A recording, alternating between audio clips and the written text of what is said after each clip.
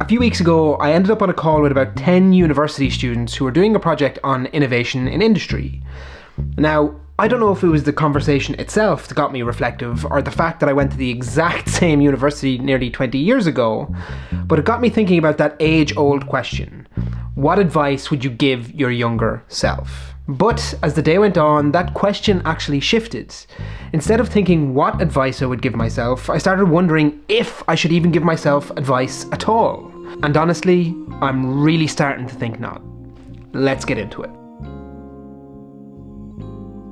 This is a pretty age-old question, so the reasons that you might want to give yourself advice are pretty well covered. So instead, let's flip that a little. Why wouldn't you want to give yourself advice? Well, my thinking is pretty damn simple. If there is something that you would like to go back and tell yourself back in time, well, that might be a sign that you're currently unhappy with something about your life right now. Think about it. If you'd go back and tell yourself not to do that university course or to go a different direction, well, that might be a sign that you're not happy with how your career has turned out. Similarly, if it's dating advice, or more so not to go on a date with somebody, that could be that you're still carrying regret of a past relationship or are still stuck in one that you're really not happy with. Of course, the obvious retort to that is that they're just past struggles that you've probably already overcome, and wouldn't it be nice to not have had to deal with them at all? But there's a problem with that too, because struggle is a part of life.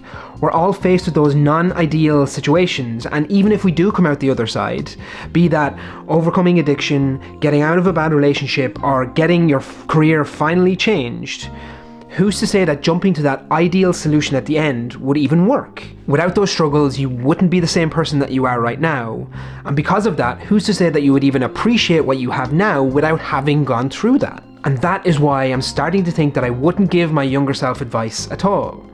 I am very happy with how my life turned out. I mean, incredibly happy. And while there was absolutely times that in the moment I wish I didn't have to deal with, things that I struggled with and caused me pain, right now I am grateful for them because they turned me into the person and helped me build a life that right now I am absolutely so grateful for. So if when you ask yourself that question of what would you tell your younger self, there's some very obvious things that come to mind, well, maybe that's a sign that there's something not quite finished there, something that's still causing you pain or dissatisfaction, and that there's more work that needs to be done to overcome it. What do you think? It's definitely not clear-cut, and even myself, I've jumped from one argument to another a number of different times. I ended up talking to a few friends about this, and the jury is still out as to whether this is the right take or not. So I'd love to know what you think, so let me know down in the comments below. But with all that said, that's this week's video. I hope you have a great week, and I will catch you in the next one. Peace!